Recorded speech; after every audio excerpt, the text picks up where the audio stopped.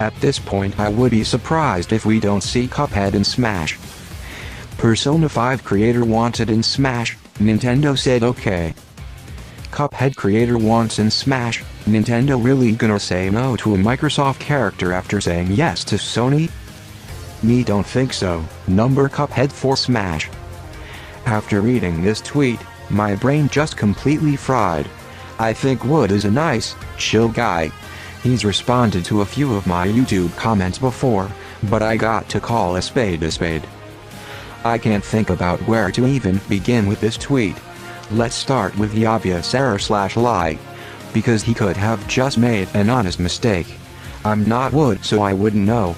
Either way, he didn't bother to correct or retract it from what I can tell. But Sony does not own Persona. Atlus does. Why am I sure of this?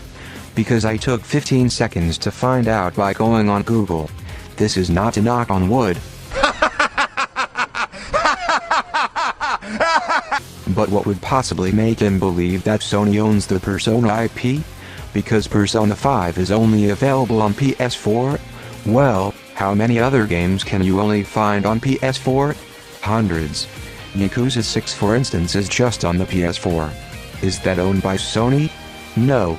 Any hardcore gamer would tell you that that is one of Sega's games. It's not a PS4 exclusive game because of a deal they made with Sony. They just happened to believe that the PS4 was the only console worth making the game for, and the same can be said for Persona 5. PS4 is super successful, Xbox One was really struggling at the time they made their decision, and the Wii U was just too graphically inferior.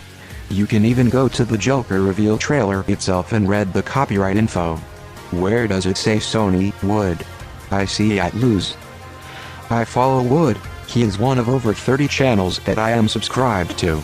But being a social media personality is his full-time job.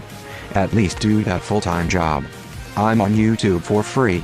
I basically did more effort than he did. It's not asking too much to be 1000% sure to make sure your information is up to speed before you run with it as factual. Come on, man. Use common sense. If you aren't sure about something, look it up. But while we're at it, let's also read his other tweet. Not to mention Nintendo pretty much already stated that the DLC characters are all going to be super legit field. So super legit field means an indie character? What value does Cuphead have for it to be beneficial to Nintendo and their product? Cuphead has only been one game. I mean, it shattered Bayonetta in lifetime sales. Good for Cuphead. Cuphead is still an indie character, though, when he is no longer an indie character and becomes a household name in gaming, and he has zero ties to Microsoft, then we can talk. This is not me defending Bayonetta, though, I did not approve her being part of Smash Brothers at all. But for real, Microsoft should have no business being part of Nintendo's product. They deserve nothing. Nintendo is not going to give Microsoft a spotlight on one of their products. You're not going to see Master Chief outfits in Splatoon or Battletoads track in Mario Kart, because frankly, why the fuck would they? What would they get from it? If they want valuable characters, there's Scorpion, Leon Kennedy, Heihachi, Lara Croft, Ryu Hayabusa. There are many other third-party characters that Nintendo could go after that do not come with a big fat risk. Why do people all of a sudden think that Microsoft is entitled to a character in Smash Brothers now that Cuphead is coming to Switch? They're not entitled to a character just because their people have been talking to Nintendo's people and they agreed to put one game on Switch. Let me take this time to also point out how incredibly overblown this relationship is between Nintendo and Microsoft. Microsoft is also putting their games not only on Steam, but PS4 as well.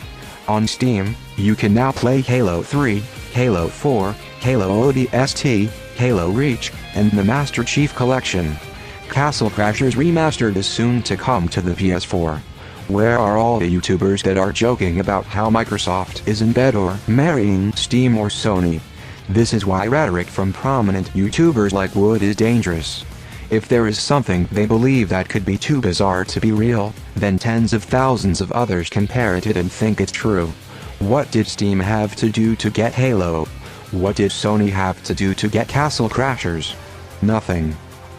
From what I am gathering, Microsoft is looking to put their software on more platforms as a means to make more money. I don't have all the details with me, but Microsoft wouldn't be doing this without good reason. In case you aren't already aware, Microsoft is still making hardware. They might just port old games and later release new games for Xbox only. If they are thinking about putting Halo on the Switch, it's going to be an old Halo game, and any Halo fans with real passion for the series would wish they would rather be playing Halo Infinite that they could play on either Xbox One or the new Xbox. I didn't even touch up on how Cuphead might not even be technically possible to be put in Smash Brothers. I wanted to make a video on this for a long time now, but one character that was still puzzling to be that hasn't gotten in Smash Brothers is Paper Mario. The one glaring similarity between Paper Mario and Cuphead is that as we know them, they are both flat, 2D characters. Now you might be thinking, well, Mr. Game & Watch is a 2D character, but here's the thing. He actually has a 3D model. I think the reason why Paper Mario has never become a character is because Nintendo hasn't figured out how to give a character like this a 2D texture like you would see in actual Paper Mario games. Mr. Game & Watch is just a solid color, no texture. As of right now, Cuphead is a 2D character with a texture, and if you want him to be made true to his original game, you would have to accomplish something that has yet to even be done with Paper Mario. So, if Paper Mario isn't possible, then neither is Cuphead. I know this video was too long to just cover a tweet. People might seem like I am nitpicking, but I just see too much of this from YouTubers nowadays.